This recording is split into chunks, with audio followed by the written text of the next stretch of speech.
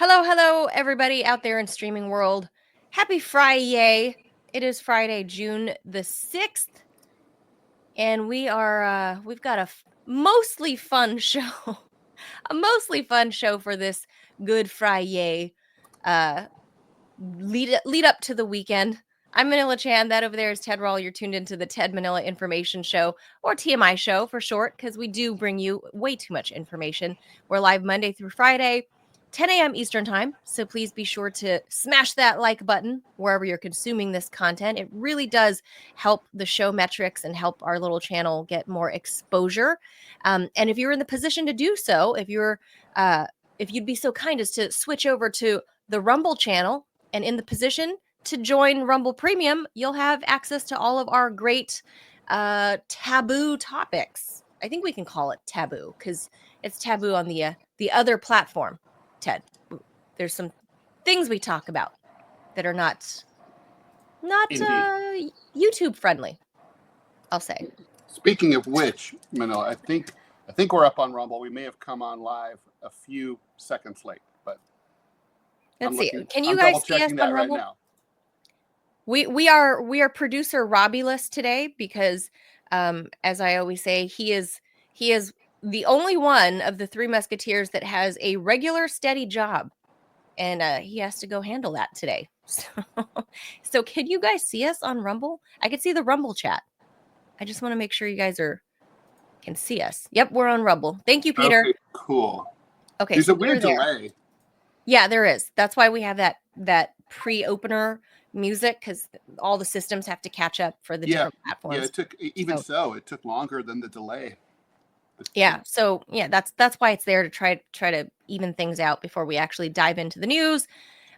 So we got to give all the different platforms that we're streaming to, that it blasts out to, give it all a chance to kind of catch up, and then nobody misses any of the hot topics. And today, boy, it is hot. I've not been through divorce, Ted. I know you have. Good times. And so we're going to talk about the national big gay divorce that is heard all around the world. That's like every hot divorce, Ted. It takes place online on Twitter. That's like every good divorce nowadays. All celebrity divorces take place on Twitter. True. So we can't not talk about that.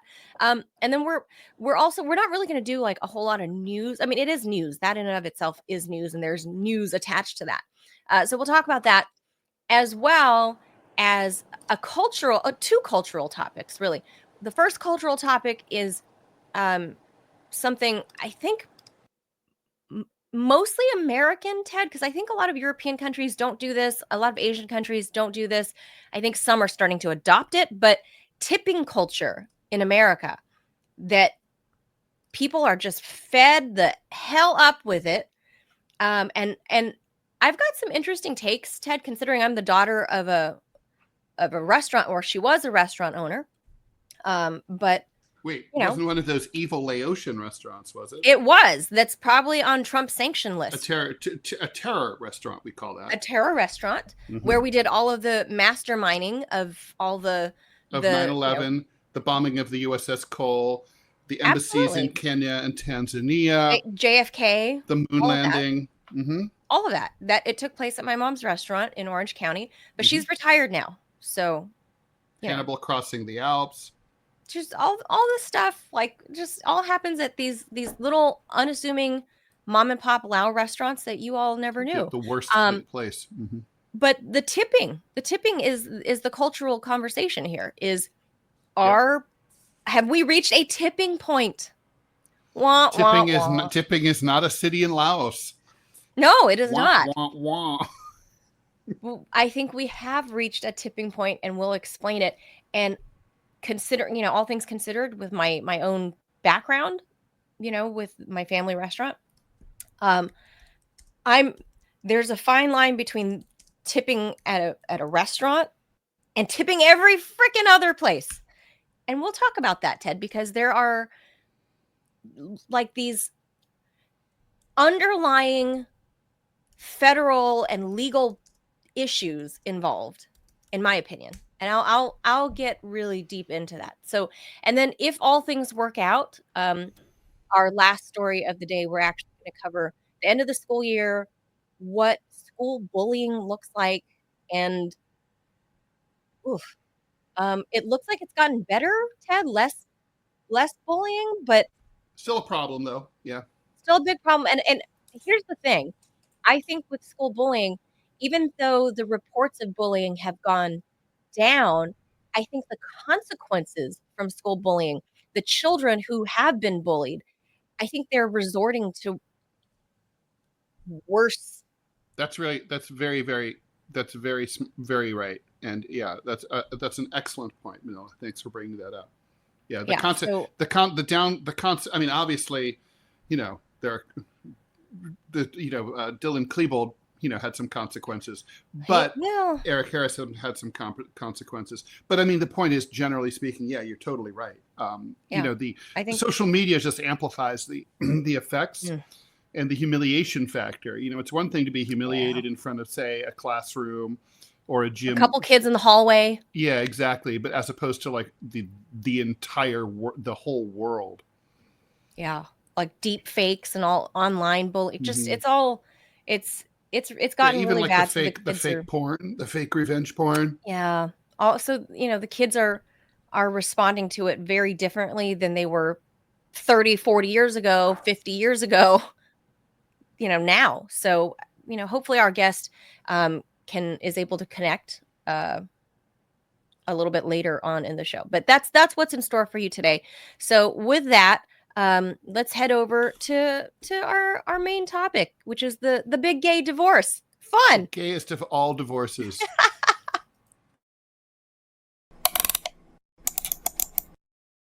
Well, so everybody remembers for the last, 6 months or so, the big partnership between Elon Musk and Donald Trump. Musk gave Trump $250 million for his campaign and obviously helped promote him on X. Hugely influential, world's richest man by some measures, not by all measures. And Trump had basically put him in charge of this thing called DOGE, which was meant to cut government spending and, I'll just say with limited success at best. And basically this big, beautiful bill act, which Trump pushed through with the congressional Republicans, proved to be a major disappointment because it didn't really codify the stuff that DOGE was trying to do. And it ended up being full with all the usual DC pork barrel spending. And so in the end, the Congressional Budget Office estimates that over $2.4 trillion will be added over to the deficit if this thing passes.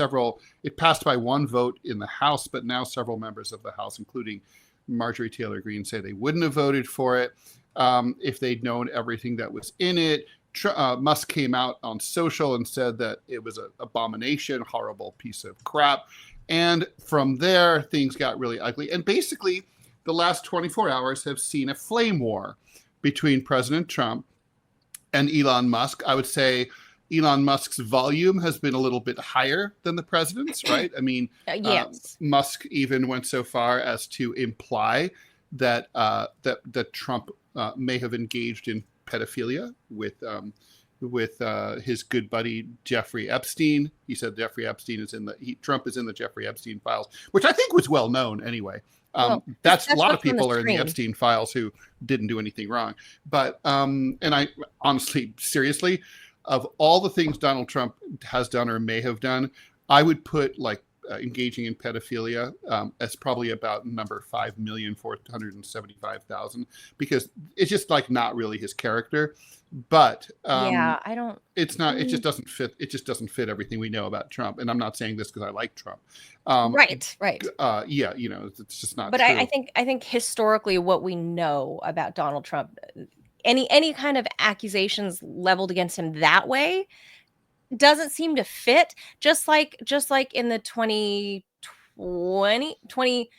16 election cycle, they tried to throw the Donald Trump P tapes or whatever, and that's why he's a Russian puppet. Or love him or hate him, he's been in the media for a million years, right?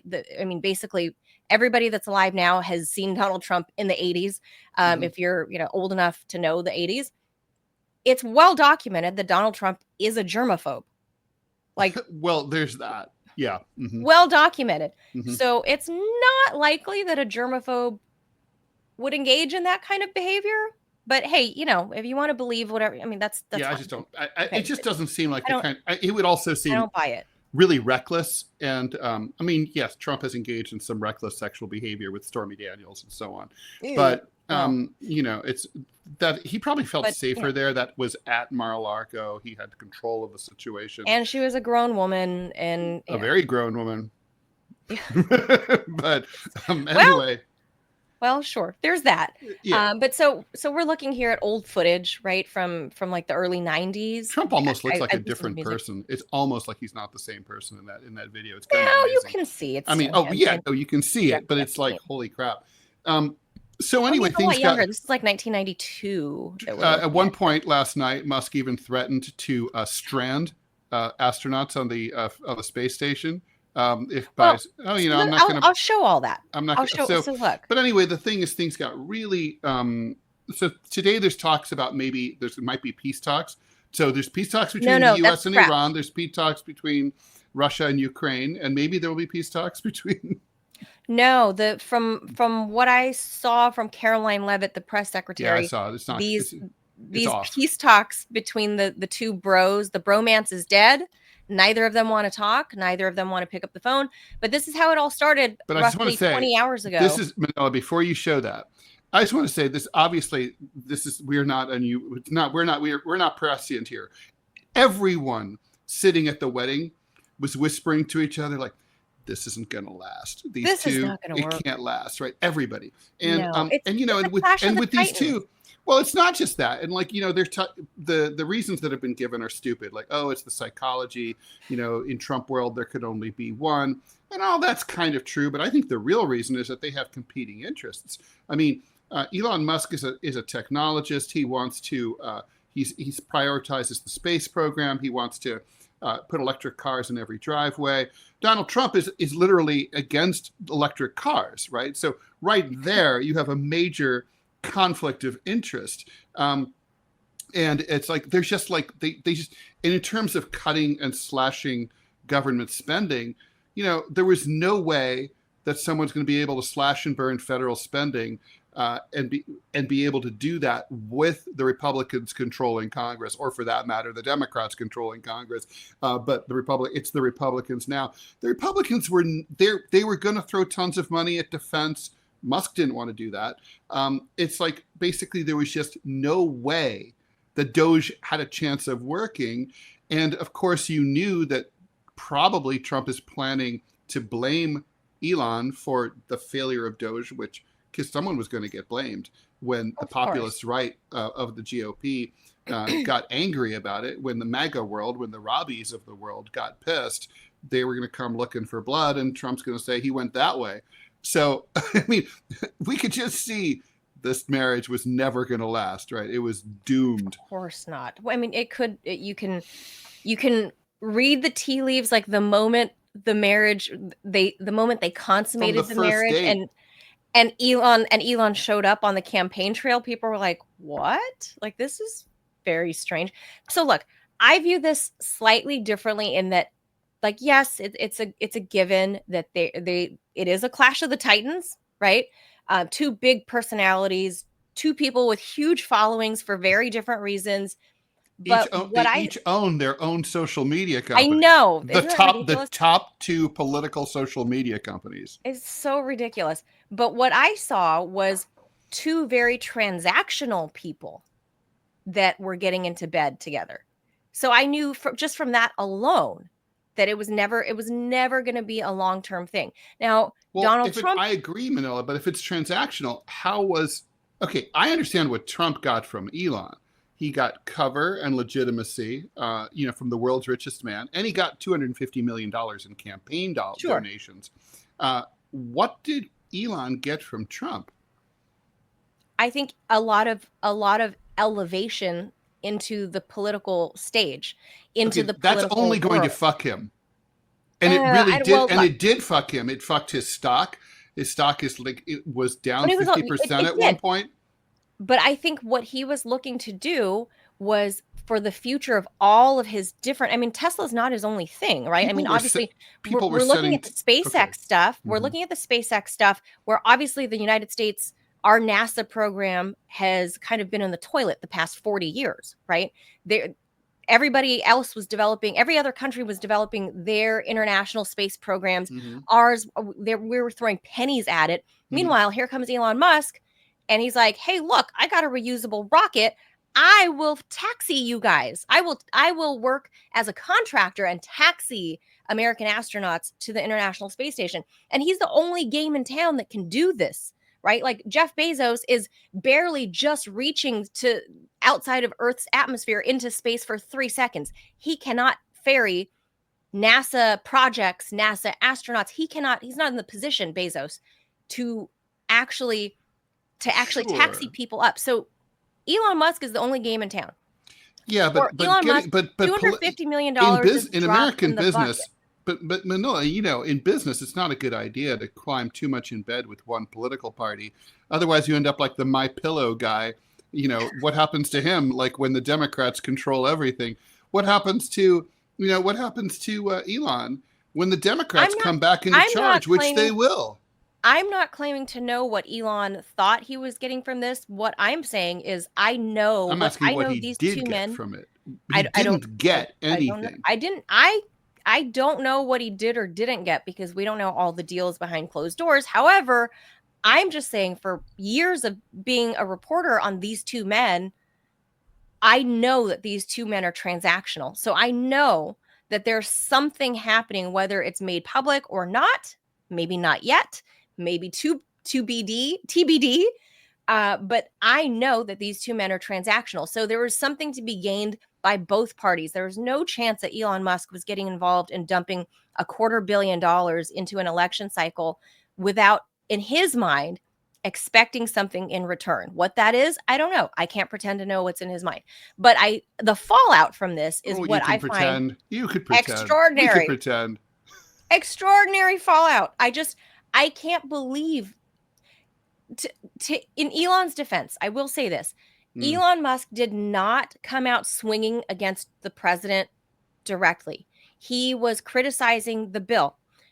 And I'm in the same camp as Thomas Massie, who has criticized the bill, who says this is going to just explode the national deficit in less than 10 years. We can potentially, as a country, be bankrupt in less than 10 years. So I'm with Thomas Massie on that.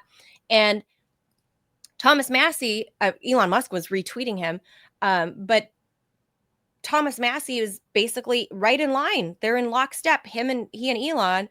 And I believe Elon is right to criticize the bill because Thomas Massie pointed out the fact that Speaker Johnson overruled or overridden was overriding. Overrode. Thank you. I couldn't get there. Overrode. Past participles are a bitch anyway. My brain just would not get there. Speaker Johnson overrode the House rule that on any major bill that comes to the floor, Congress gets at least 72 hours to review that bill. Which is a good rule. It should really be a week, really. It should be a week. This is a 1,000-page bill. 72 hours is the rule. Speaker Johnson, out of nowhere, overrode that rule, and nobody got to see a page of that document until the night they were voting on it in the dead of night. So if anybody got to see it, they had an hour or two, is what Thomas Massie says. And I believe Thomas Massie. That's what MTG said too. Oh, so if she says I it, also he believe says her it too. too. I believe it. Well, nobody said otherwise, right? That's another thing. Right. Whenever someone says something in Washington, but there's no opposition to it, you know it's true. You know the answer. So if Marjorie Taylor Greene and Thomas Massie are both saying, hey, none of us got to see this, then Donald Trump coming out swinging and lying directly on Elon Musk, he took it personal. He went the personal route. And here, I have that audio, actually, of Donald Trump coming out saying this about directly lying about Elon Musk. And this is when Elon Musk lost it. But I'm very disappointed because Elon knew the inner workings of this bill better than almost anybody sitting here, better than you people. He knew everything about it. He had no problem with it. All of a sudden he had a problem, and he only developed the problem when he found out that we're going to have to cut the EV mandate, because that's billions and billions of dollars. When that was cut, and Congress wanted to cut it, he became a little bit different, and I can understand that. But he knew every aspect of this bill. He knew it better than almost anybody. And he never had a problem until right after he left. And if you saw the statements he made about me, which I'm sure you can get very easily, it's very fresh on tape. He said the most beautiful things about me. And he hasn't said bad about me personally, but I'm sure that'll be next. But I'm So, okay.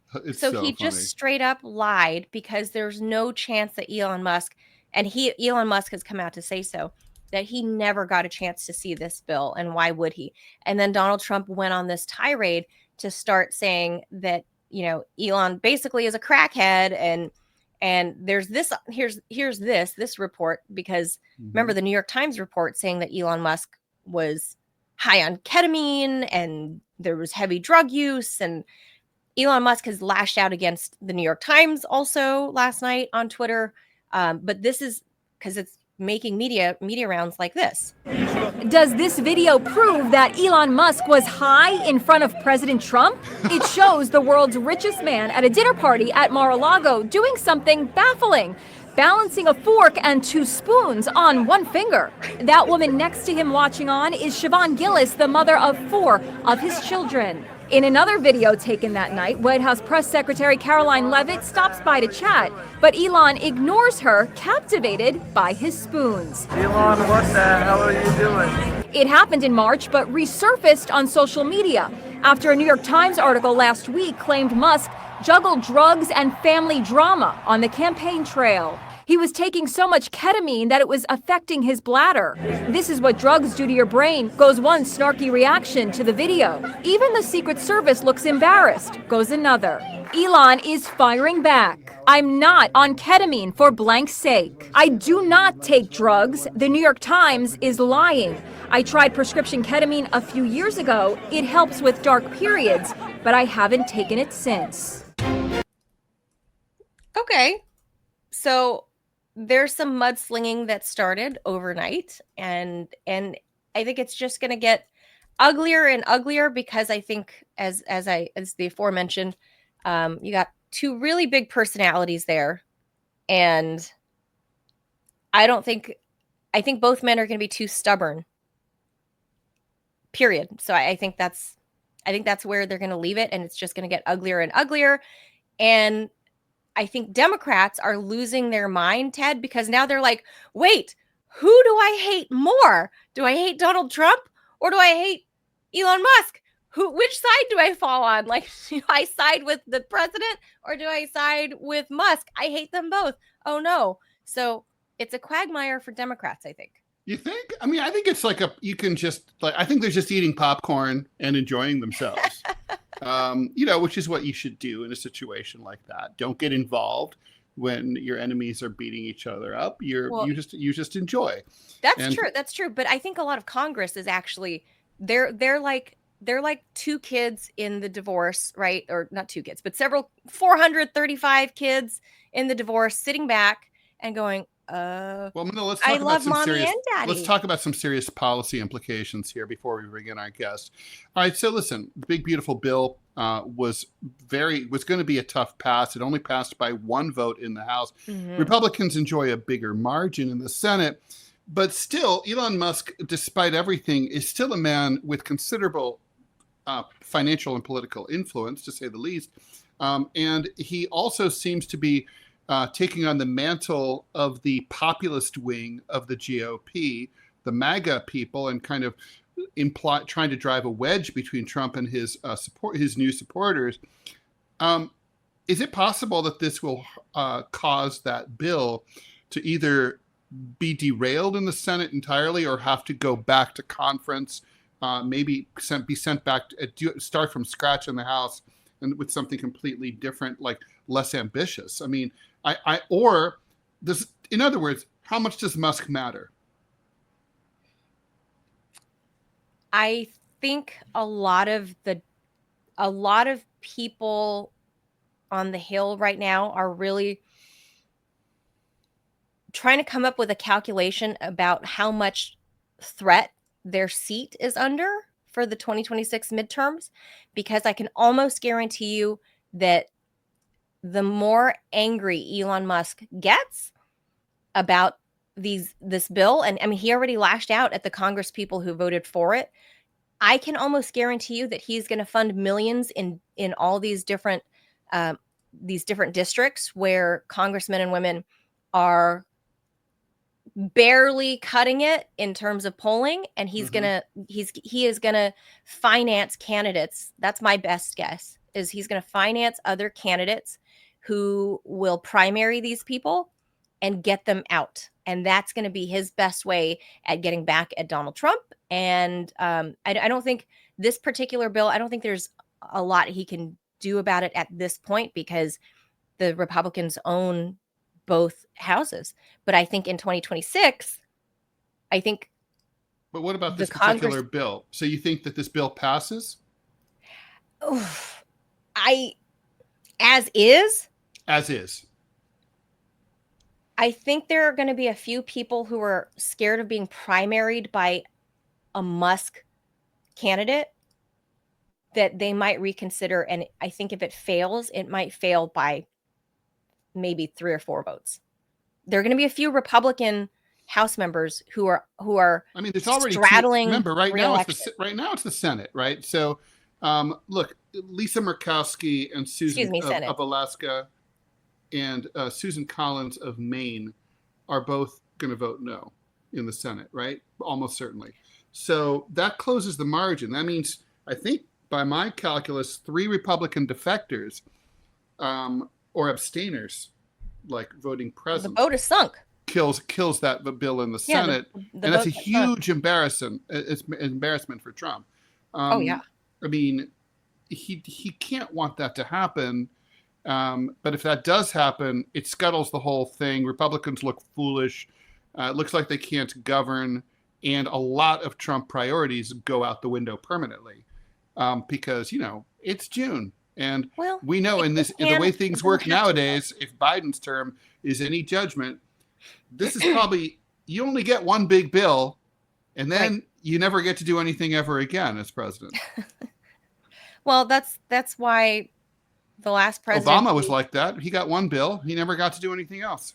The last presidency under Joe Biden, and as we saw with both guns blazing coming in, everything's done by executive order now, Ted. So yeah, executive orders that then end up just tied up in the courts forever. Sure. But my point still stands, is that everything is done by EO and not by law anymore, because Congress takes more days off than they're working, than they're actually here. Not why. It's because on the Hill. It's because presidents, and particularly Trump, is lazy as shit and doesn't want to do the deal making necessary, the coddling, the back scratching. Right. He doesn't want to govern. He doesn't want to deal with the. That's there too. He's not doing the deal making. He's imperious. He just wants to. Yeah, that's it. But the Congress members also, they're not ponying up any substantive bills that are actually going to effectively do anything for the lives of their constituents. Show me a bill from the last 6 years. We'll go back to Trump's first term. Let's say 6 years. Show me a bill that had any measurable impact on everyday working Americans' lives. That's the job of Congress, to bring a bill up to the floor. They keep punting and keeping things. The president can do that too. But yes, you're right. But Congress is not bringing anything out of committee. Everything has been stuck in committee for years. That's so true. Nothing gets done effectively. So to me, it boils down to those folks constantly worrying about their midterm elections and not really doing the job for the people. And yet somehow the people keep voting for them. Well, because there's been no substantive bills at all. Never has there been a bigger lie about the American people than the libel and the slander that says that we have the government that we deserve. We don't have the government we deserve. We have the government that's being shoved up our ass. It's like literally Democrats and Republicans are offered as the only two choice Did That's you right. know, Manila, that in 60% of congressional, state, and local races, there's only one party on the ballot, right? Jeez, So, wow. like here in New York City, there's countless judgeships and so on where like you can vote Democrat, but if you don't like that Democrat, you can vote also for that This Democrat. other So like the same Great. Democrat. So literally, I mean, so it's a one-party country, or it's a two-party country. But if you only have two parties to choose from, okay, and they both blow, you're like not, that's not. Yeah.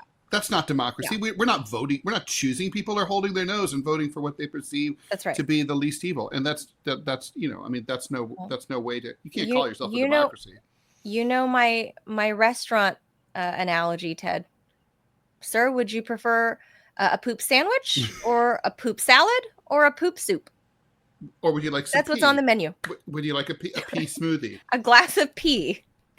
That's what we get served up. So, that's that. mhm, So mhm. let's leave that topic there because everybody, it is all made public. And we It do is have the tipping thing to talk everywhere. about. Let's hold that We till do. later. So Okay. yeah, we'll hold that and we'll get over to our guest because he was able to join us. I'm very glad we're going to talk about this issue because it is the end of the school year. So let me go ahead and clear the screen, cleanse our palate Mhm. with the jaws, and we'll bring in our guest.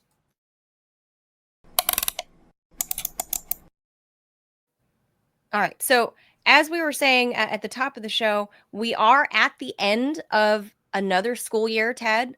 We are. Your son already in college. Like, Mhm. what is he, a sophomore now? No, he's between junior and senior year. He's gonna be a senior already. Wow. I know, it's crazy. The wolf is loose. I'm on Beware, the other end of America. that. Another I'm on Rall. the other. Oh, I know. I'm on the other end of that spectrum. I've got a kindergarten graduation to go to next week, end of the school year, and I think kids really need more talking to maybe during the summer about this particular topic that we're bringing our guest on to discuss is about bullying. And I know people. I think it's so unfair that Melania Trump got a lot of flack because she was trying to do that anti-bullying thing the last time. Remember the last go around about like just being kind and being nice to other I children. think she got made fun of because of her husband, who's kind of notoriously a bully. I get that, but that doesn't. And but let that's not her. let me just say, I feel very deeply about this issue. One of my earliest books was My War with Brian, which was autobiographical about my own experience being very seriously bullied in elementary and junior high school. And it honestly changes you, and it's absolutely brutal. And look, I know things have changed a lot in many ways, but like back when in the 70s when I was going through this, the schools didn't take it seriously at all. They thought it was hilarious. They thought it was a joke. I mean, Really? The teachers and the administration, they're like, this was like, boys will be boys. You guys go and work it out. It's like, it wasn't viewed as a problem at all. And it was just sort of like, and I mean, we're talking about serious stuff, thrown down the stairs, broken nose, Wow. Black eyes, all that stuff. And you were supposed to work, you were supposed to deal with it on your own. It was, Lord of the Flies at Dwight Holy L. Barnes moly. junior high school in Kettering, Ohio. But who's naming names? That much never happened to me. But as I mentioned earlier, was that even though statistics show, and I'm going to pop this on screen, this is from stopbullying.gov. So this is an official U.S. government website that says about 19.2% of students ages 12 to 18 enrolled in grades 6 through 12 experienced bullying nationwide during the 2021-2022 school year. This is lower than the prevalence of bullying at the beginning of the last decade during the 2010 to 2011 school year. That was 28%, and lower than the prevalence last measured by the School Crime Supplement during the 2018-2019 school year. So that was pre-COVID. But they say the prevalence of bullying is actually higher in middle school than in high school. Middle school is the lowest 26.3. circle of hell. Well, you're still pretty immature at that point. And not that you're mature in high school, but there's a big change, right? Oh yeah. So to talk By the more way, I about want to just this say one quick particular point topic. about this. Like, so if this is roughly 1 out of 5 kids is the victim of bullying, that doesn't happen in a vacuum. The other kids see that. And even if you yourself are not a victim, if you see someone else being victimized, you're terrorized too, because you yourself might become the victim of it. Right. I mean, the you know what I'm definition of saying? terrorism, right? Is Yeah. Mhm. yeah, like It is to scare a whole emotional and population. social terrorism is what bullying is. That's right. I think that's right. So to talk more about that, we're going to bring in our guest. His name is Kirk Smalley. He is the co-founder of Stand for the Silent. This Stand for the Silent is a nonprofit organization that started in 2010 with a mission to help eliminate bullying nationwide. Kirk and his wife Laura founded the group after their own son took his life due to bullying. And they offer free resources for parents and educators, and they travel to schools to host these presentations. You've been to thousands of schools, Kirk, talked to millions of kids. You guys can learn more about their work at standforthesilent.org. Kirk Smalley, thank you so much for joining us today. Thank you guys for having me on. Thanks for coming on. So I'm going to put your website up here. First, tell us a little bit about. I mean, I saw the video presentation that's on the website, and it brought me to tears. Can you tell the audience a little bit about what you and your wife lived through with the loss of your son? What happened? Yes, ma'am. Ty was in 6th grade. He was 11 years old, and he was being bullied in school for a little over 2 years. Laura worked at the school that Ty went to. She actually took that job just so she could be near our kid. She wanted to be off work the same days Ty was out of school. She was in the office almost every single day, complaining and telling the administrators, hey, you got to make this kid leave Ty alone, and like Ted said, we got the standard answer all the time. Boys will be boys. Kids will be kids. Bullying's just a rite of childhood passage. It's something we all have to go through. And our question was why? Why do we all have to go through that? On the particular day, May 13th, 2010, Ty was in the gym waiting for class to start. And this kid that had been picking on him came up and shoved him. And for the first time in his life, Ty fought back. He turned around and he pushed the kid back. And, it's always the second guy that gets caught. The disturbance draws the teacher's eye. They look over and they see the second guy take the swing. And that's exactly what happened to Ty. He was suspended for 3 days. Ridiculous. They called his mama and she went and picked him up and took him home, and they were shorthanded at work that day, and Laura had to go back, and so she told Ty to do his homework and do his chores and told him that we would talk about it when we got home that evening. And Laura came home at 2:38 p.m. on May 13th, and she found out that my boy didn't do none of his homework. He hadn't done any of his chores. Instead, our son had killed himself on our bedroom floor. Oh my God. I'm so sorry. Me too. Thank you, ma'am. I got a phone call at 2:39 and it was Laura, so I answered, and she was just screaming. I couldn't understand anything she kept trying to tell me. She just kept screaming, and I guess finally I screamed back at her, and I told her, baby, you got to stop. You got to tell me what's going on. And she managed to say, he's dead. He shot himself. Oh my gosh, at just 11 years old. I mean, I actually asked her who. And she said, Ty, ever since that day, we've traveled all over this country, all over this world, talking to families and kids that have done that same kind of thing.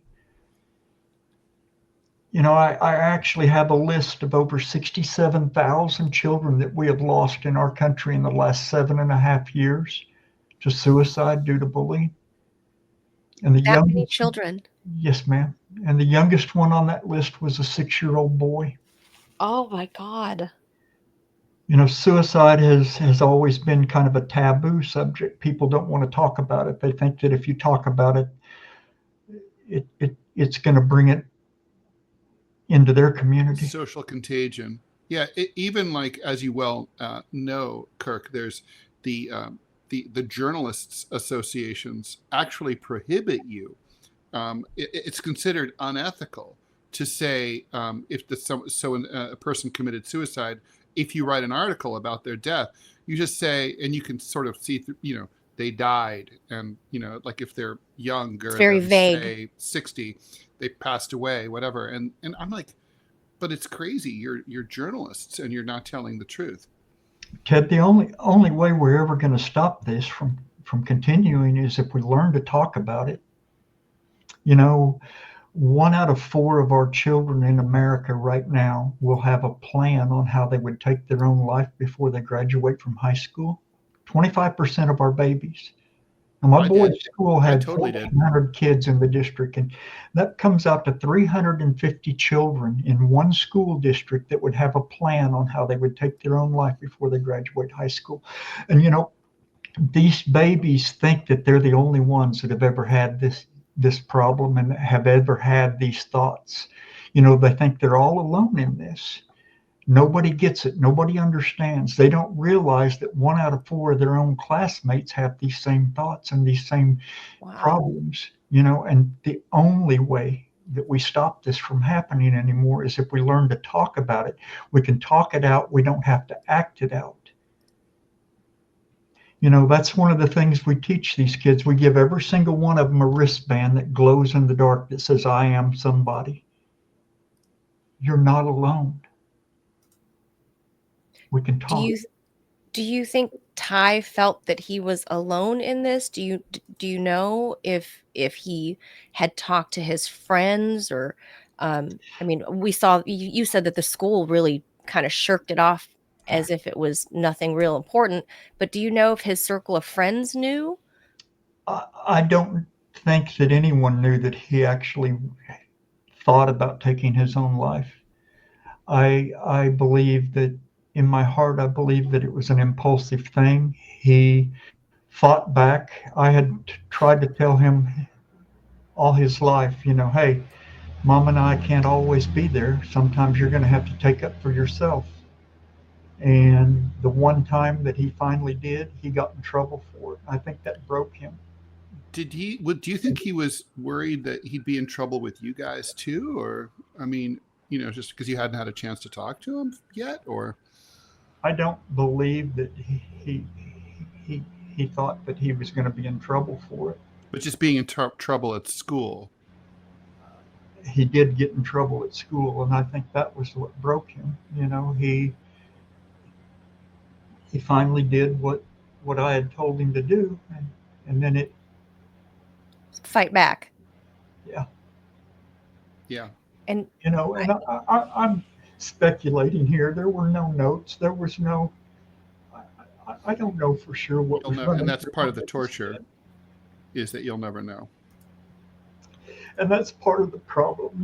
There's so many questions for parents that lose kids to suicide. And, my heart goes out to anyone that has ever lost a child for anything, a car wreck, a disease, my heart truly goes out to them.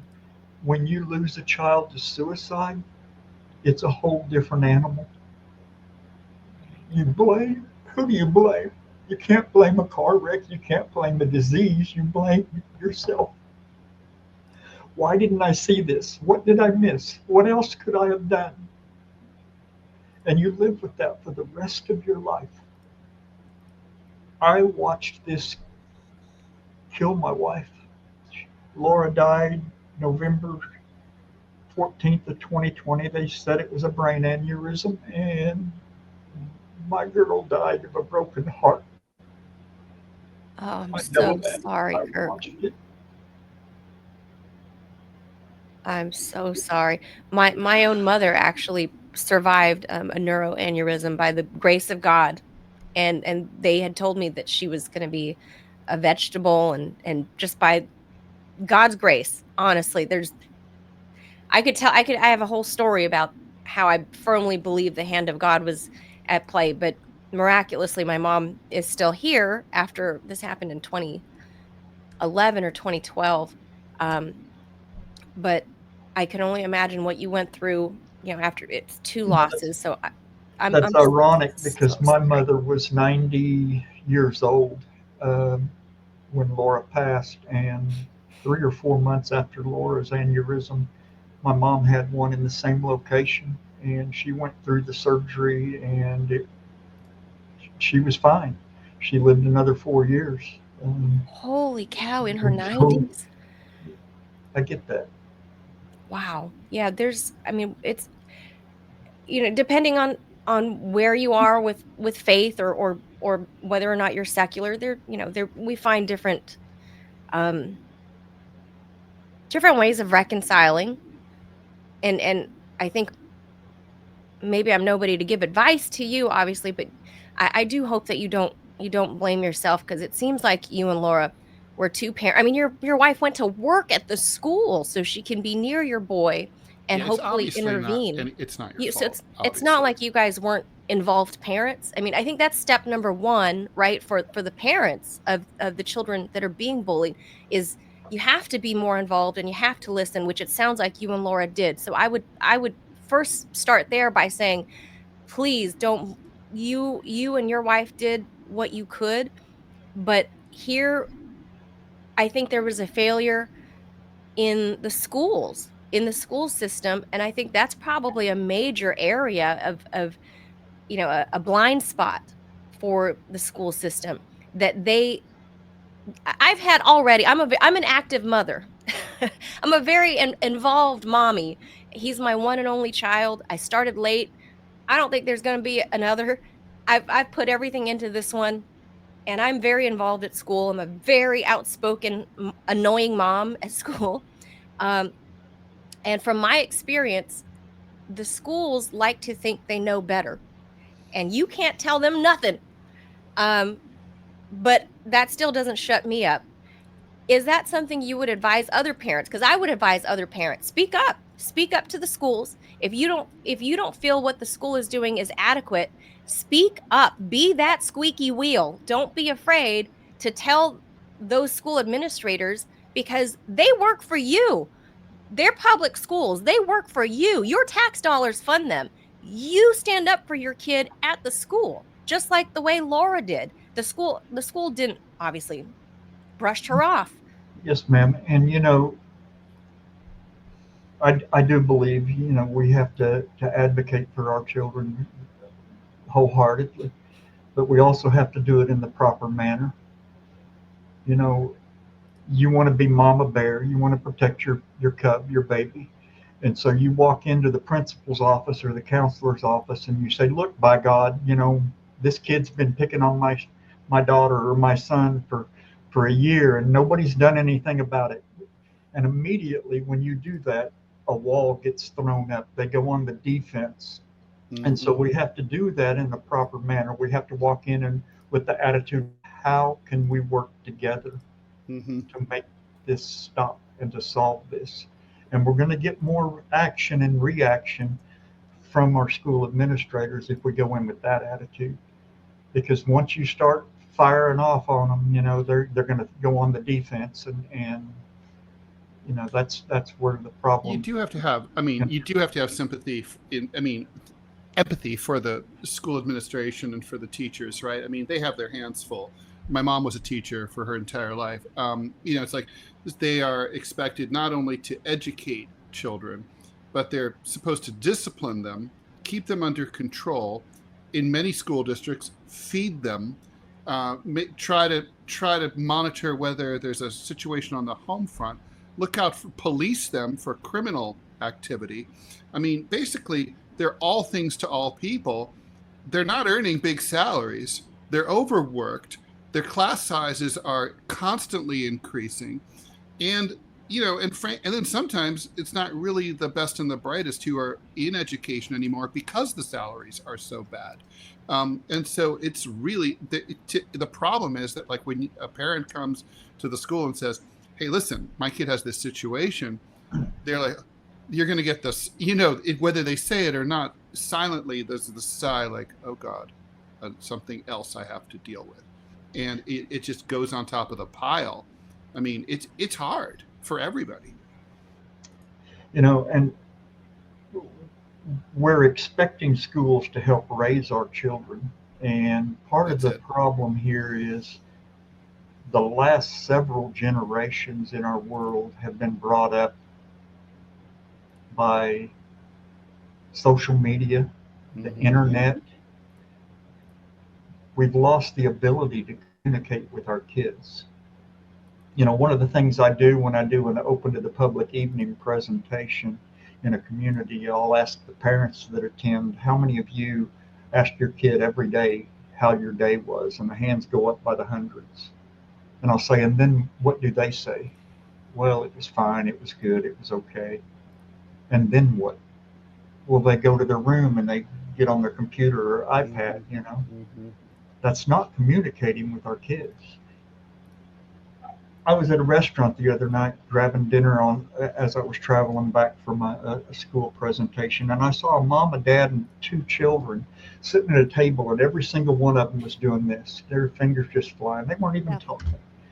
Our kids have grown up watching cartoons like South Park, where Kenny dies in every episode, and he comes back tomorrow. Now, Ted, what did that just teach that child? That death ain't real, life's cheap, you come back tomorrow. They play video games where they get points for killing people. Like that's a good thing. They've watched movies all their lives where somebody gets an arm ripped off and blood and gore, and that numbs them. And nothing happens. Like I remember the first time I read that someone I'd read about there's a news story here in New York where there was a bar fight and there was one punch thrown.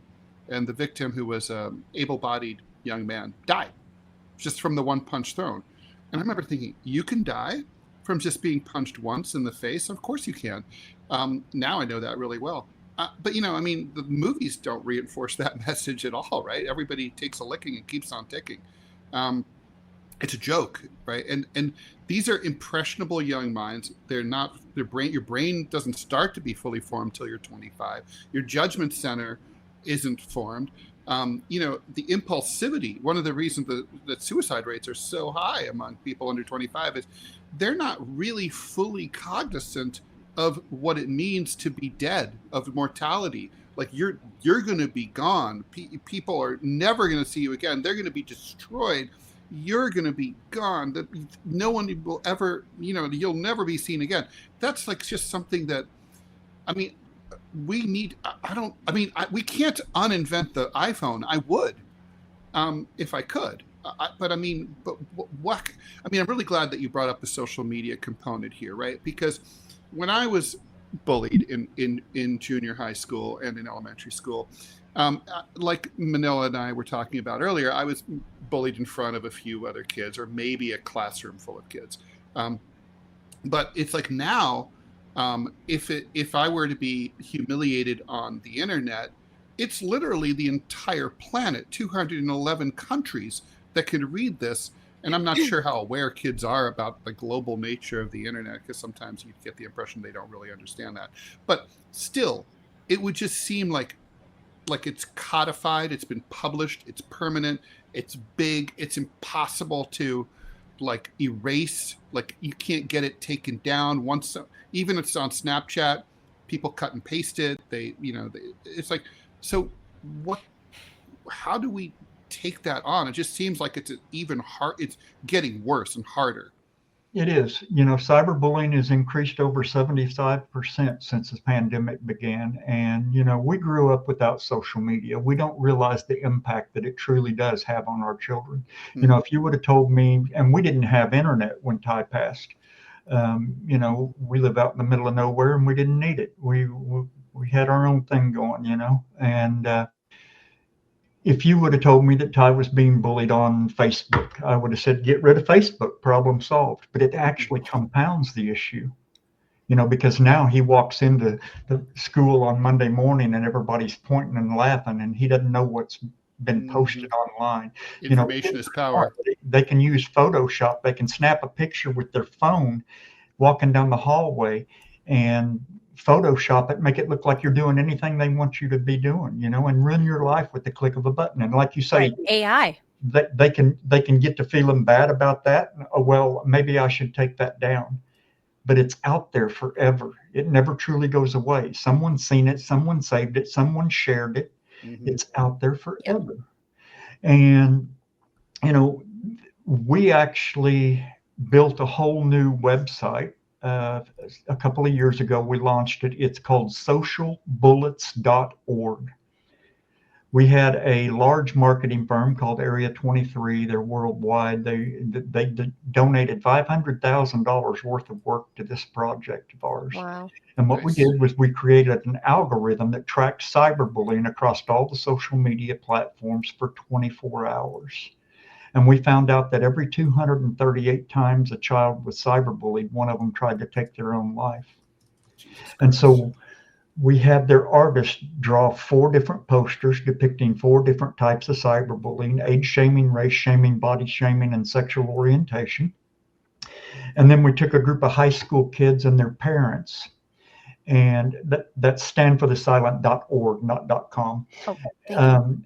We took a group of high school kids and their parents, and we put them in a large auditorium, and we started this algorithm, and they would see the post pop up for from Snapchat or Facebook that's, Bill told Sally, you're ugly, nobody likes you, you're fat, you're stupid, you should just kill yourself, and that kind of thing. And we caught their reaction to these posts on the video or on video. And every time we reached the number 238, we fired a live bullet at one of those posters at a shooting range. Oh, man. And we caught their reaction to the bullets firing and hitting the targets. And then we interviewed them afterwards and got their take. How did this make you feel? What did you feel? What did you learn from this? We couldn't very well define the problem without having a solution. So we built a downloadable guide for anyone that wants it, parents, students, teachers, administrators, anybody, that teach them what to do if they're being cyberbullied, how to fight back against it. And, that's on that website. It's also on our Stand for the Silent website. So, cyberbullying it's become atrocious, and kids are getting online younger and younger and younger. I've seen first graders that got smartphones. Oh, yeah. And parents, if your kid is on social media, you better be on their friends list. If they're on Facebook, you better be on Facebook following them and watching what's going on. It's not that we're trying to control our children, but it is our responsibility to take care of them and to monitor what they're doing, because, the internet can be great for getting a message out. We use it a lot with Stand for the Silent to get our message out and communicate with communities, schools, students, staff, parents. But it can also be a bad place. There are predators out there. And there sure are. Kirk, let me ask you about, on this show, we often talk about legislative solutions. I'm going to ask you about legal and legislative things. So, as you know, in some cases, not a lot, there's been, the bullies have been prosecuted after a situation like this. And have even been sent to prison. And also, I'm wondering what you think of that. I'm also wondering what you think of, do you think there's a congressional solution? Is there a way to hold this drives me crazy. You mentioned Facebook. I feel like if Facebook has content that it should not have, let's say, that's being used to bully, and I'm not going to specify what, but there's been examples, for example, politically, of people being doxxed and then later assassinated by their political enemies on Facebook. You should be able to call on a phone a 1-800 number. You should be able to call 1-800-Facebook and get through to a human being 24/7, no wait, and they get on and they find it and they, bam, it's gone. Instead of this, like, well, you can flag it and hope that at some point maybe they'll get around to. It really should. I feel like that level of customer service should be required under federal law with strict sanctions for companies that refuse to do it. These are major. Facebook has a bigger market capitalization than General Motors. They can afford to hire people here in the United States to man those phones, but they don't want to. I don't know. What do you think? I love that idea. That's the first I've ever heard anyone mention that, and I think that is amazing. Right now, Facebook, if you report something, things are done by bots. They're not a human looking at that. It's not a human being looking at the thing. They go off a certain terminology, certain words, maybe an image, and it's a bot that takes care of that. And having an actual person that would look and say, oh yeah, that ain't going to work for us, that would be great. Guys, I pretty much, I watched the first part of your show where you guys were talking politics. And first and foremost, our organization does not get involved in politics, because if I'm a conservative, I lose the liberals. If I'm a liberal, I lose the conservatives. And if we don't get involved in religion, I am a God-fearing man, and I believe there is something after this, but that's my personal, because if I'm Baptist, I lose the Catholics. And if Right. you're never going to Can't win. Exactly. So Sure. we don't get involved with politics or religion. But, we had lawmakers in the state of Oklahoma when Ty passed approach, and they wanted to pass a bill to help, parents and schools and kids that were being bullied. And we spent a lot of time working with them, and they said, what would you like to see in something like this? And we told them several different items. Mm-hmm. And by the time they got done chopping and cutting and messing around, it looked nothing at all like what was needed. I do believe that there needs to be some type of legislation to help give parents some power to help make this stop, instead of just getting those standard answers that we've heard. But I also don't believe that laws are ever going to stop bullying in our country or in our world. We do have laws pretty much against a lot of things, Sure. It's illegal to rob a bank, and banks still get robbed. We do. Right. Drunk that's driving. True. We're not supposed to drink and drive, but that still happens, right? But, I do think we need, maybe it's time we start hitting the parents of bullies in their pocketbook where it actually hurts. If your kid's reported as bullying someone, maybe you get fined $100 or $150. And the second time it happens, you get double that. And the third time it happens, we triple it. And then the fourth time it happens, maybe you're going to have your child expelled or suspended for a period of time, and you're going to have to deal with them.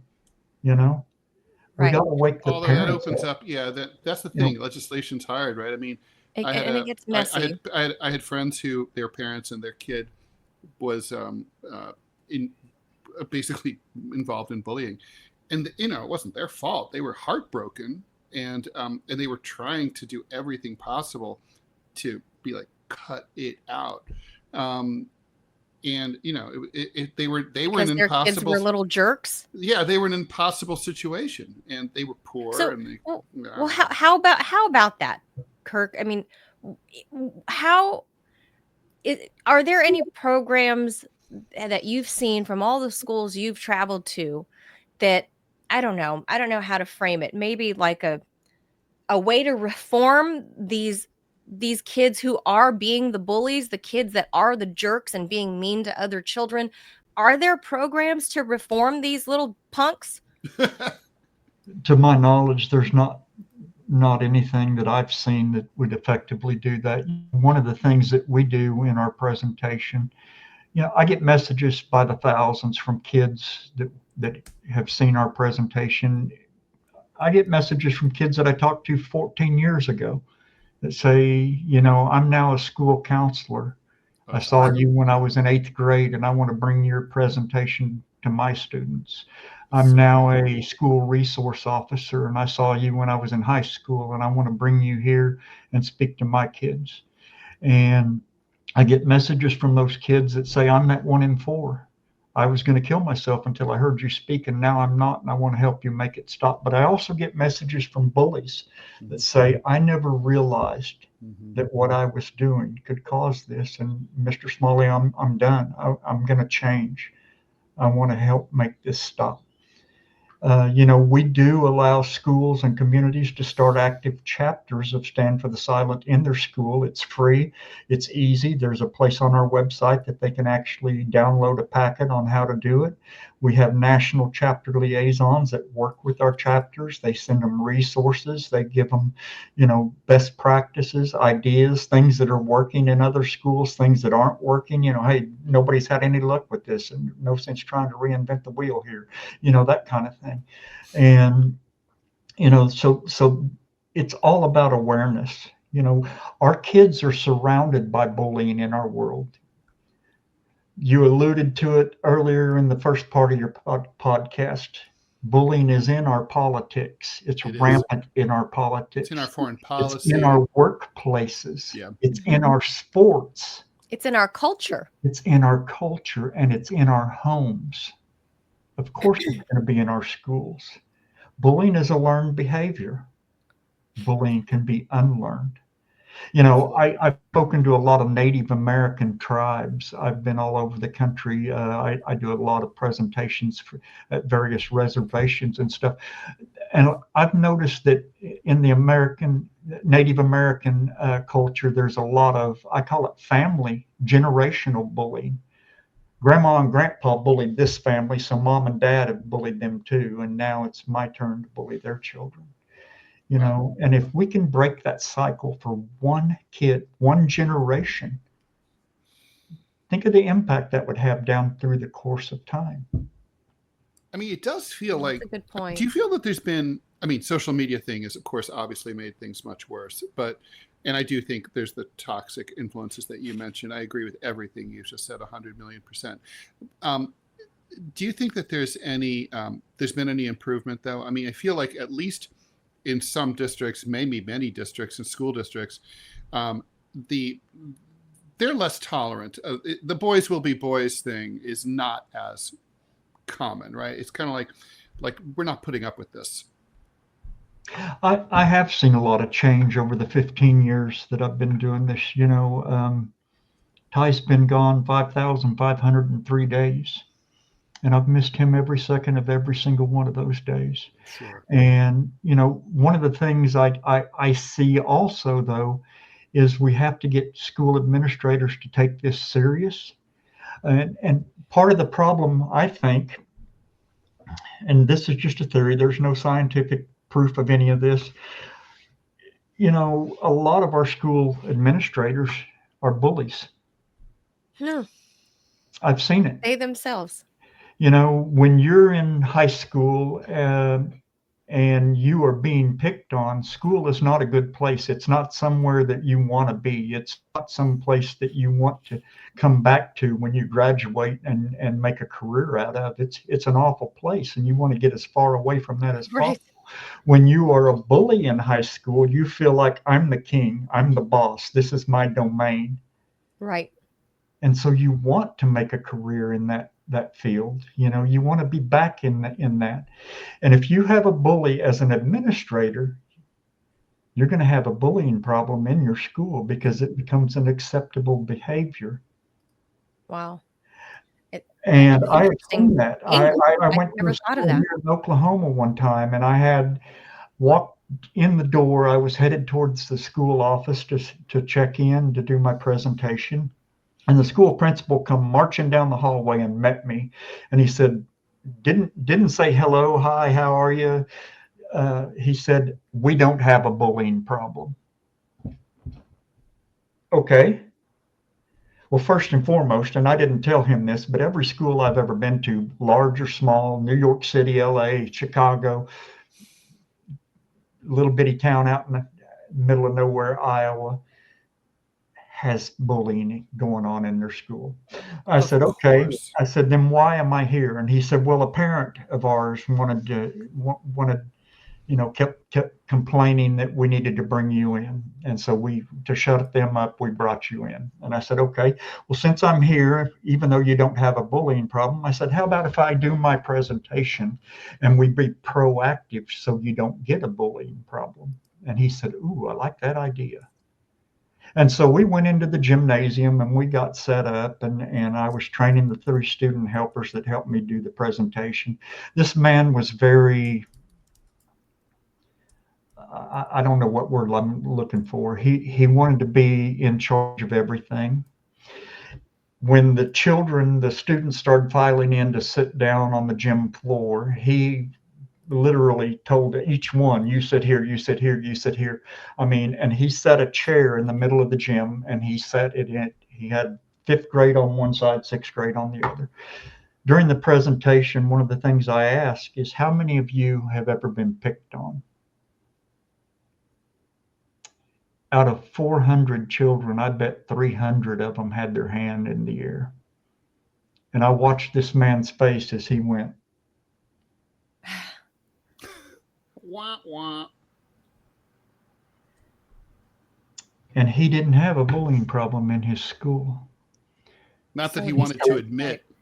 Yeah. Well, You so know, can I go backwards to Ted's statement about, in the old days it was boys will be boys, and this is how school administrators kind of chalked it all up to just this is boys being boys. According to stopbullying.gov, the government's website on bullying, it says nowadays the prevalence of bullying is primarily on girls these days. That it has shifted. That back maybe in our day in the 80s and before that, it was mostly boys, but nowadays, because of cyberbullying, the incidence rate is so much higher with girls, especially because now it's not girl on girl bullying anymore. There are high school boys, especially bullying girls by, for example, these AI images with the girl's face on it, and then those girls in their lives. And that's another thing, is it seems like people are taking more drastic children are taking drastic action as compared to, let's say, the 1980s and even the 1990s. Why do you suppose we're seeing this shift, that it's becoming girls getting more bullied and kids taking this drastic response? yeah, I think a lot of that is social media, the internet, that type of thing, technology. Back in the day before we had social media platforms, bullying was usually a physical thing or rumors starting and things like that. And if you bullied me, we might go out behind the gym and just take care of that problem. Right. And now social media has allowed girls to get a lot more, I don't know what term I want to use, catty, that kind of thing. I believe that, communication is key with our children to stop it. Monitoring our social media usage, and there are tools for parents out there that we offer to help them do that. There's an app called Bark that parents can put on their children's cellular device, and it monitors their social media presence, and it alerts parents if their kids being bullied on Facebook or whatever, or actually being the bully, because we've all heard, Wow. little Timmy would never do such a thing. He's an angel, but Timmy just told Sally on Facebook, you're worthless and nobody likes you and you should just kill yourself. And when parents see that with their own eyes, I do think that, there's a show that came out years ago called Mean Girls, that Mm-hmm. tells a lot about that. I see more prevalence of bullying in the middle years, like middle school, junior high school. I have a theory on that as well. I think that, when kids are in high school, they're starting to see a light at the end of the tunnel. They're starting to get after school activities. They've got, maybe an after school job. They're thinking about going, furthering their education, that type of You got a thing. car. Yeah. And when kids are in middle school, junior high, school is their world. That's all they know. And most of the kids they hang out with during school year, they hang out with that during the summertime as well, And if they're being ostracized or bullied or picked on in that environment, then that just crashes their whole world, and they're crushed by that.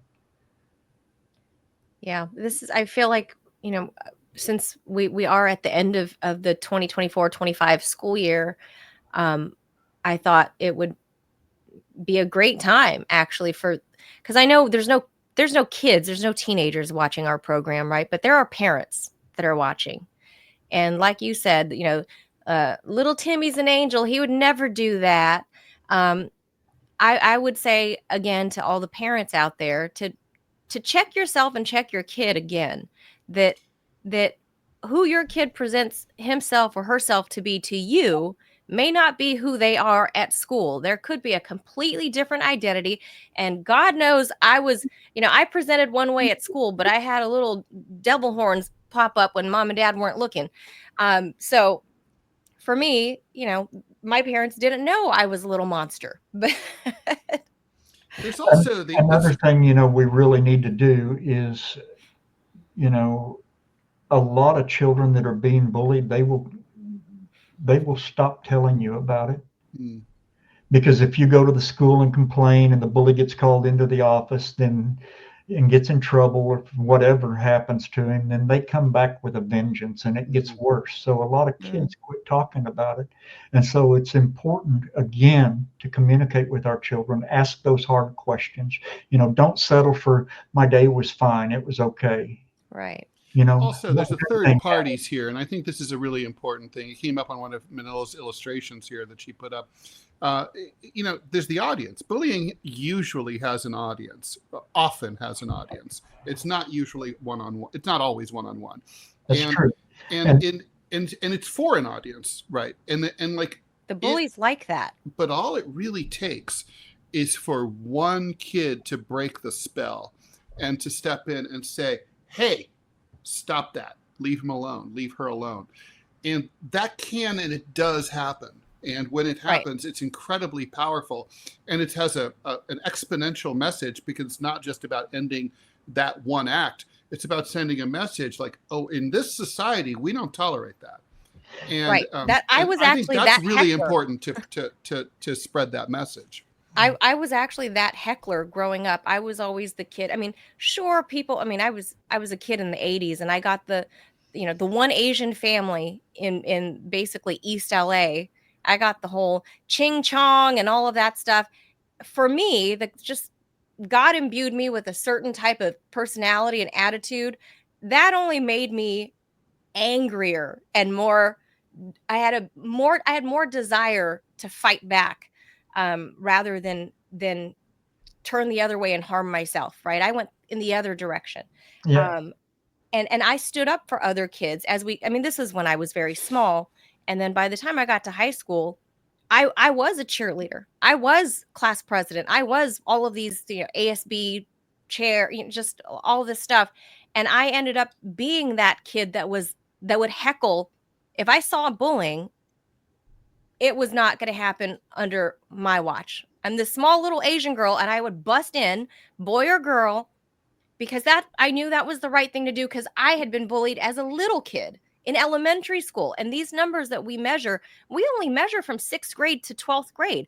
What about all the little kids? I mean, I was a little kid being bullied, but then, whatever happened in my life, and I don't know, maybe it was puberty or something, but by the time we got to high school, I was among the popular kids. I was a cheerleader and all that stuff. And I spoke up.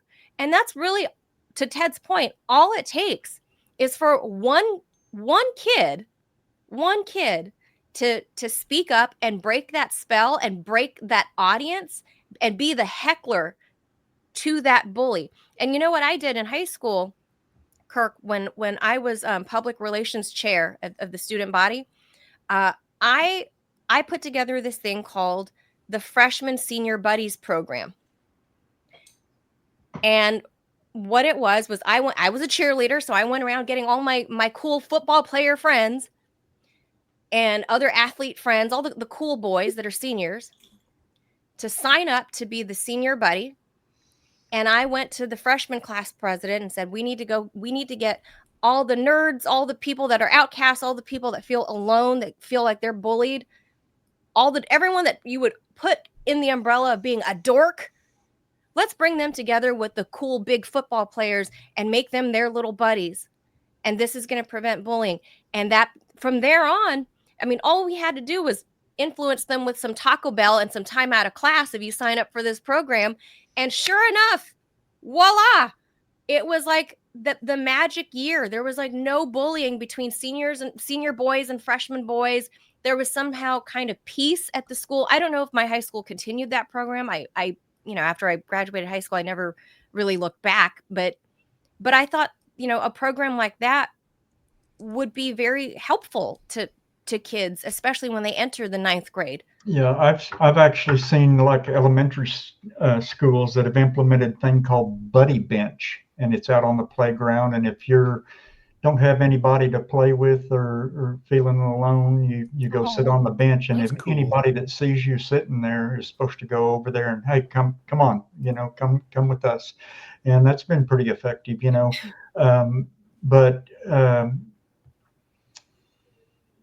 That's wonderful. Yeah, the fact that Ted brought up about, speaking up, getting the bystanders involved is critical. There's more bystanders than there are bullies, and there's more bystanders than there are victims of bullying. And, I can't remember the exact percentage. It was in the 90s. When one bystander stands up and says, hey, stop, leave him alone, high percentage of the time, bullying stops within 10 seconds. That doesn't mean the same kid isn't going to be bullied by the same guy tomorrow, but it stops this time within 10 seconds. And that's so important, Far too often our kids they'll grab that phone and they want to video the fight or the bullying incident so that they can post it on Facebook and become Facebook famous for 10 minutes, hoping it goes viral. Right. Instead, we got to get those bystanders to say, hey, quit, leave him alone. And that it lets the bully know that your actions are not acceptable and we don't approve of it. And, you're playing to an audience that doesn't approve of that thing. But it also lets the victim alone know that they're not alone. That's right. And that somebody does care out there. And those videos should not be allowed to be posted on social media either. Those companies should take them down. I agree. Absolutely. Literally, I came across one this morning logging into the YouTube. And it was like, what's this? And I was like, oh, my God. They're all over the place. Yeah. Yeah. I think your message is so important. And we appreciate we didn't mean to talk your ear off for this long. We didn't book you for a full hour. So we appreciate you giving us so much of your time, because it is a very important topic. And I think with us going into the summer, I think all the parents that are watching really should re-examine whether their kid is on one side of this bullying issue or the other. Talk to their kids, whatever it is, because kids are taking these drastic measures to end the bullying. The drastic measure is potentially losing your own kid. And I think a lot of parents don't even it's such a horrible thing to imagine that parents don't ever even want to think about it, so they never address it, and they never really give it the weight of consideration that it deserves. And I think now that we're going into the summer months, now's a good time because the kids aren't in the hallways. The kids aren't, they're not going to be faced with their peers. It's summertime. So now is probably a good time for all the parents watching to actually consider talking. It's not just one end of the spectrum or the other either. It's not whether your kid's being bullied or being a bully. We've got to reach those middle kids too. It's important. All kids need this message. And it's as bad. Parents, we have to set that example. It's the individual losses, of course. The individual loss of people like your son is, of course, the worst part. But it also, blows up families. It blows up communities. I mean, even imagine the guilt that some bullies must feel after they, are the prompt for someone to take their own life. I mean, that's going to be decades of therapy right there.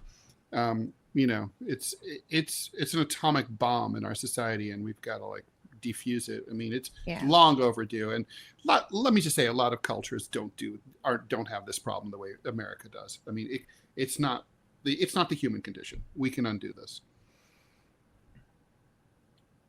Yeah, this is very, very distinctly an American culture problem. Like we all agreed, bullying is part of America's culture, and it's part of Anglo-Saxon culture in particular. But it's not look, it happens all over the world. It happens all over the world, obviously, but it's not this prevalent. It is an epidemic in America, and we actually have chapters in 18 different countries right now. Bullying happens everywhere. It's all around us, guys.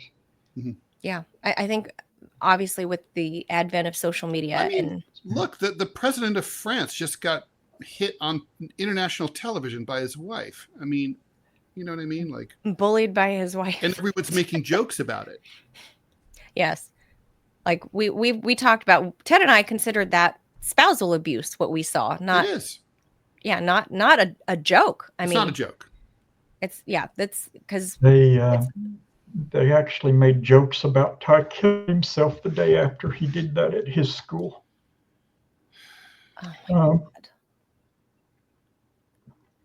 His best friend got the living daylights pounded out of him because he heard those jokes and went up and tried to defend my kid. So it's not a laughing matter. No. Yeah. Not at all. Yeah, this is why it should be discussed openly and candidly, and we appreciate your strength. I mean, I can't imagine.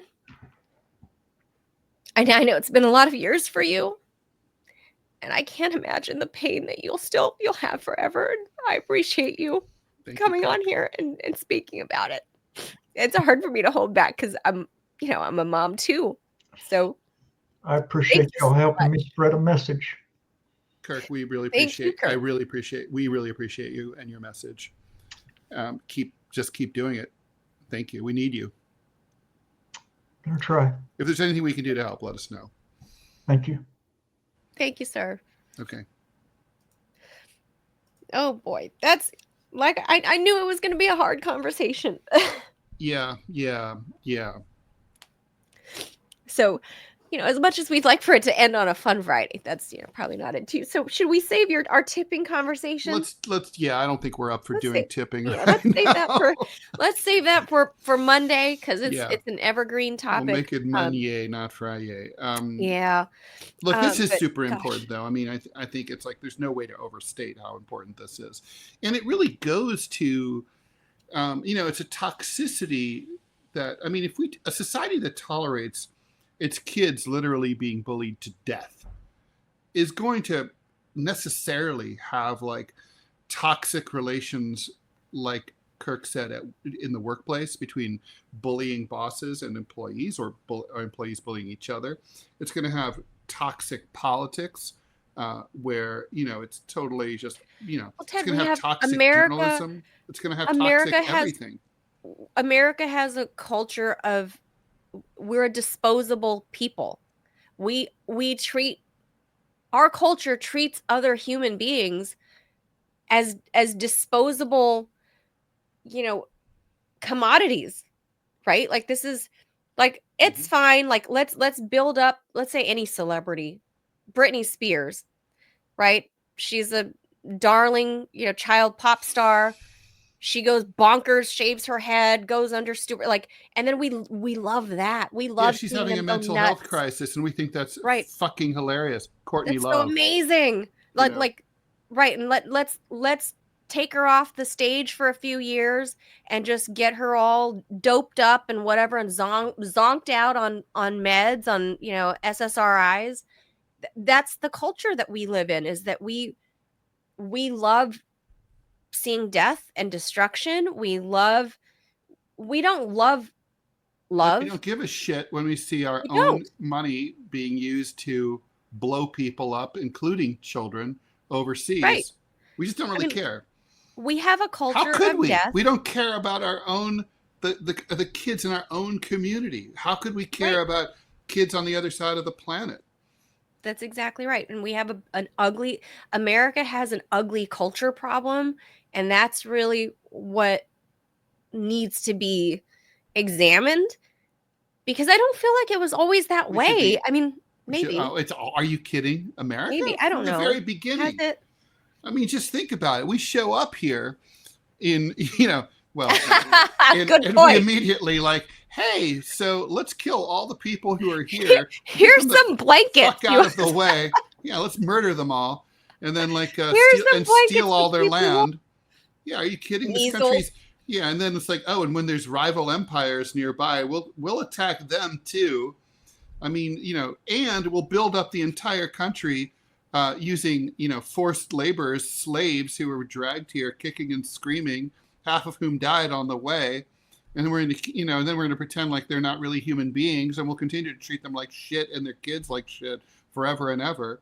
I mean, this violence is right. absolutely at the core of U.S. history. I mean, there would be no U.S. if not for violence. This is the core culture of the United States, and it's fucking tragic. I mean, I wouldn't have been born here, Ted, if it wasn't for the brutality of American culture. Let's face it. Like, true. I mean, seriously, if U.S. bombs didn't drive my family into refugee camps, you know, in the 70s, I wouldn't be here. Like, I mean, that's, I guess you can say I lucked this out. Would be my political slant, but I think capitalism is a form of, it's a systemic form of mass violence, where a tiny group of people take away resources that are needed to be shared by everybody. You know, it's like where it was, oh yeah, you know, I'll take everything, and other people don't even need to sleep indoors. I mean, that's, you know, I mean, and you could argue the with cruelty me, and of people American do. culture. It is But we truly. just- I mean, we we're a don't cruel culture. Yeah. As a culture, I'm not saying individual people No, aren't good. not at There all. are No. so many good individuals in America, but as a culture, Look, the writ way, large, and people might say, we're well, cruel. and we do have to go, but I want to make this point before you can have the last word. But I mean, for me, the difference here is, so like people say, well, how could people who are good as individuals be part of a bad culture? And here, let me explain that. So you think about a restaurant. When you go eat by yourself at a restaurant, and maybe you just sit at the counter, you know, you don't behave the same way as if you go out with a group of colleagues, like 12 of you, and you get a giant table of 12, and you're loud, you're boisterous, you're like, you know, you're taking up a lot of energy, you're kind of in other people's space in terms of like making too much noise and demanding too much attention from the waiters. You as an individual, you behave differently when you're part of that group. That's not because you're evil. It's just because of the way, you know, chimpanzees, which we are, you know, we're wired.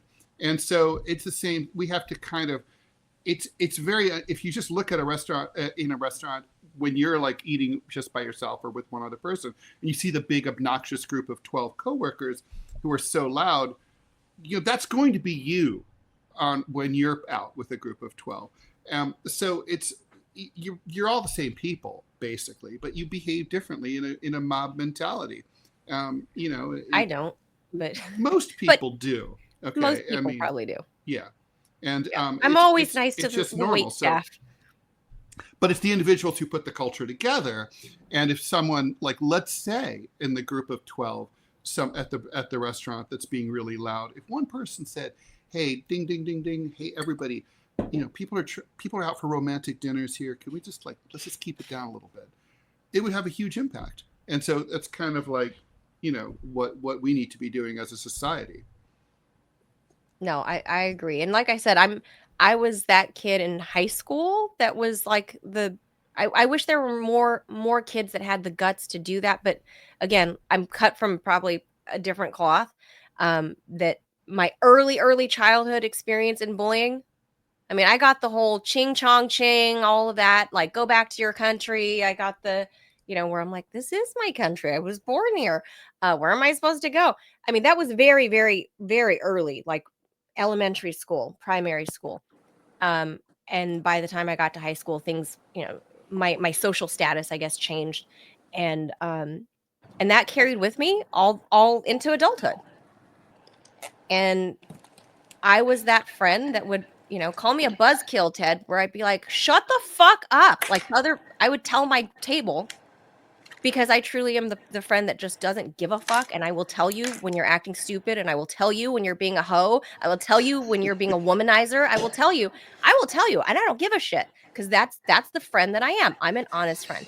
And so people need to speak up more and not be part of, like you said, Ted, that ugly mob mentality, because that's what makes us the ugly American. And this is why people don't like us when we travel, because we're the obnoxious American. That right there.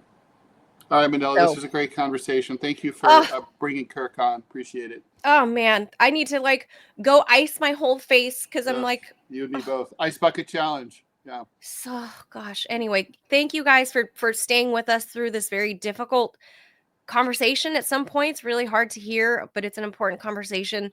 We appreciate you guys being here. Hit that like button, the follow button, and if you're in the position to do so, join us on Rumble Premium, the red button right below our talking heads here. Buy my and we'll book, be back What's on Monday Left? To learn how to become a less bullying political culture. That's true too. Pick up Ted's book. We'll see you guys here on Monday morning. So have a wonderful weekend, everybody. Adios, amigos. Thank you. Bye, Manila. Bye. Have a great weekend. You too. Bye, Ted.